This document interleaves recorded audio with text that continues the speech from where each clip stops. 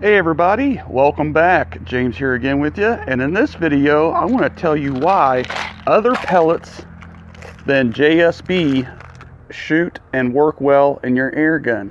I had really good feedback on the video why JSB works so well in your air gun, and in this time I'm also going to get Joe from Predator International back on the phone so he can share insight as to why other pellet brands besides JSB lead work so well in your air gun, and also confirm my findings with using other pellets that don't have a softer lead, that don't really flare up or swatch to your bore. So let me get Joe on the phone again from Predator International, because he actually seen the video and we both thought it would be good to hit on this topic, especially the comments that I was getting on the video. I've been getting a lot of good feedback on it, as you can see in the comments, and I'm getting a lot of comments stating why other pellets besides JSB, work really good in barrels. For instance, like H&N, and I figured I'd give you a call about that. I saw that comment. Yeah. I know you can't comment on how they're made, but we both know that those pellets are harder than JSB.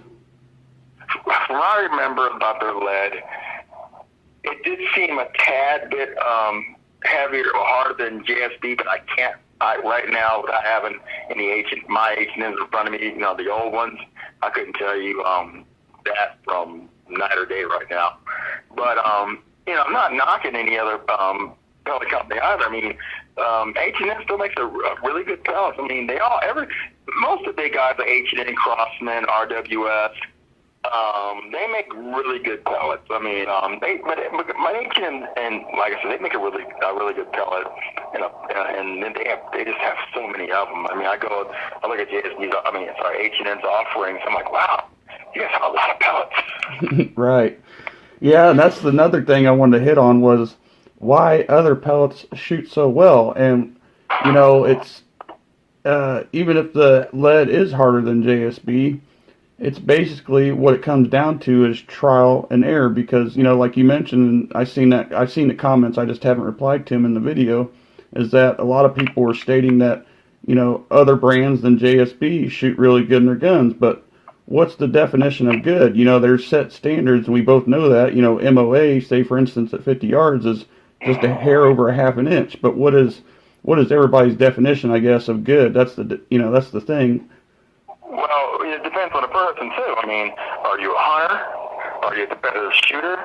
Are you just plinking? Hunters looking for quarter-sized group at a known distance just to make sure it's in the kill zone. A bench rest shooter or a field target shooter, they're trying to get quarter inch or tighter if they can at a set difference, because they're competing. They're in it to win it. And then a plinker doesn't care what side of the can it hits, as long as it hits the can. Hell, if the pellet does a boomerang, comes around the back of the can, they're still happy. Right. And what a lot of people don't know too is that a lot of these airgun manufacturers tune their guns. I can't say tune. They build their guns around certain pellets. Yep.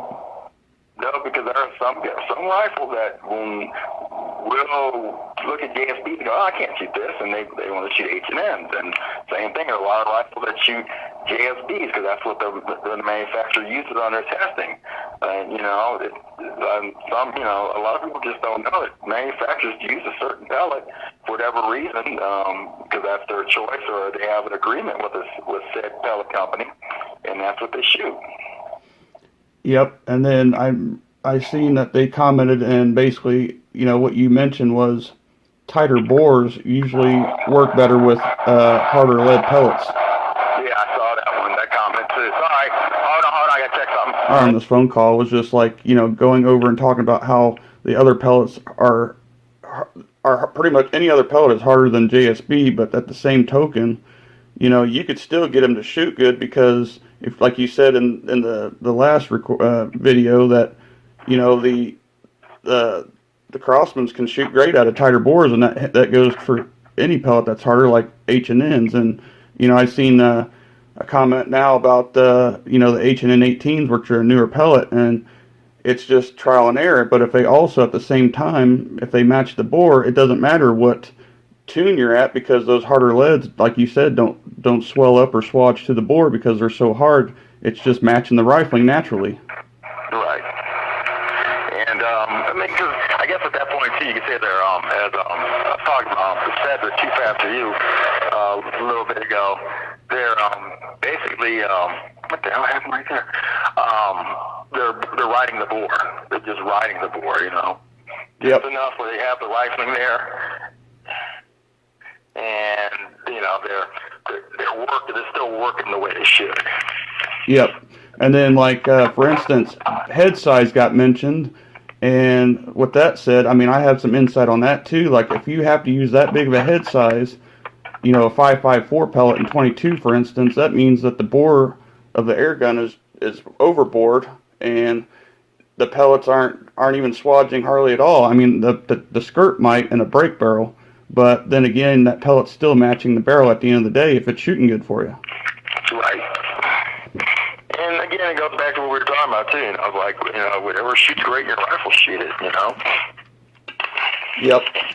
Yeah, and I try to also tell people that the accuracy and precision starts at the breech. It's not once the pellet leaves the barrel. That wouldn't make sense. It's while it's pushed in the breech, and then once it's fired, that's it. Whatever it is it is. Right. What that also said too, though, like, you know, we said, if the pellet works, it works. And I've been able to actually, you know, I don't know if you've done this before, but I've been able to actually push pellets down my barrel, and I could tell whether or not if the rifling is going to match up for that pellet or not. Because, like you said, the hard pellets, they don't swodge up, so it gives you a really good idea how well they're coming out of the barrel, no matter what pressure, what setting. Now, can you tune them in if the gun is adjustable? Of course. Right. Yeah, I agree on that. Yep, I have a break barrel, you know, lesser expensive Crosman Benjamin. It's like the Prowler, but it's the Fury NP, and the 22 version. I tested it. I called about the twist rate and all this and that. But at the end of the day, it doesn't really matter what pellet you're using. I found out, you know, years ago that you have to shoot the head size that's above or more than the bore size, for one, because that's where the accuracy comes in and your precision comes in, how well the skirt gets, you know, flared out or swatched, whatever you want to call it, to the bore. Right. Alrighty, well, thanks again, man. I appreciate it as always. All right, brother. Take care of yourself. You too. Bye. Bye. So as you heard a little excerpt of our conversation over the phone, again, about airgun pellets that are not JSB lead, there is a reason why it actually works in your air gun. So at the end of the day, it really doesn't matter what pellet it is, as long as it works. And as Joe and I went back and forth, you know, basically stating why it's happening, and it just so happens that it works out that way. So I really appreciate Joe again for taking my call and answering my questions and basically confirming my findings. And I hope you guys can see what we're talking about here. Because again, at the end of the day, it doesn't really matter what pellet you're using as long as it works in your air gun. And some air gun manufacturers actually do test their guns with pellets that are not JSB, as Joe stated. So with that said, guys, I appreciate you watching, and I hope you got something from this video. I'll see you on the next one.